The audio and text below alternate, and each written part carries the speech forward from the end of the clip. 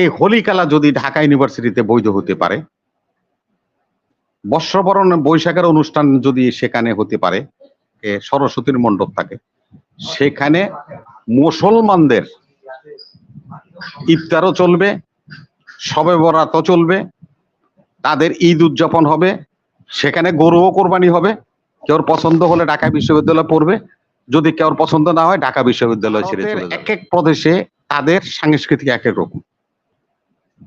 পশ্চিমবঙ্গে ঘটাও করে দুর্গাপূজা হয়, মহারাষ্ট্রে কিন্তু তা হয় না। মহারাষ্ট্রে পূজা হয় গণেশের। যে হোলির কথা বলেছেন, এই হোলি হয় মহারাষ্ট্রে, ভারতের অন্যান্য প্রদেশে হোলি খেলা হয় না। তাদেরই ধর্মের মধ্যে তারাই পালন করে না, বিভিন্ন কারণ থাকতে পারে, সেটা তাদের ব্যক্তিগত ব্যাপার, ধর্মীয় ব্যাপার। ঢাকা বিশ্ববিদ্যালয়ে আপনি হোলি খেলবেন, কার বাপে আর দাদায় বিয়ে করছিল, উডানের মধ্যে পানি ফেলাই দিয়েছে, না হাডুডু খেলছিল, সে কালচার আর এই কালচার কিন্তু এক না। ভারতীয় ইতিহাসে এই হোলি খেলার কোনো চর্চাই ছিল না।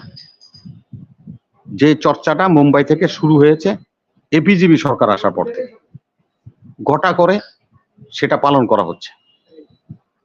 আমি মনে করি এই হোলি খেলা যদি ঢাকা ইউনিভার্সিটিতে বৈধ হতে পারে, বর্ষবরণ বৈশাখের অনুষ্ঠান যদি সেখানে হতে পারে, সেখানে যদি শিখদের মণ্ডপ থাকে, ইহুদিদের মণ্ডপ থাকে, দুর্গার মণ্ডপ থাকে, সরস্বতীর মণ্ডপ থাকে, সেখানে মুসলমানদের ইফতারও চলবে, শবে বরাতও চলবে, তাদের ঈদ উদযাপন হবে, সেখানে গরুও কোরবানি হবে। কেউ পছন্দ হলে ঢাকা বিশ্ববিদ্যালয় পড়বে, যদি কেউ পছন্দ না হয় ঢাকা বিশ্ববিদ্যালয় ছেড়ে চলে যাবে।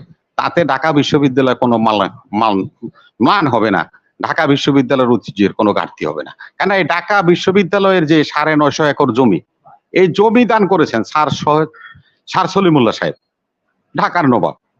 এখানে তো আপনাদের কোনো 100টা জায়গা নাই, তা আপনাকে এত উস্কানি আর এত আপনাদেরকে পীড়া দেয়, আর আপনারা এত প্রজ্ঞাপন জারি করেন।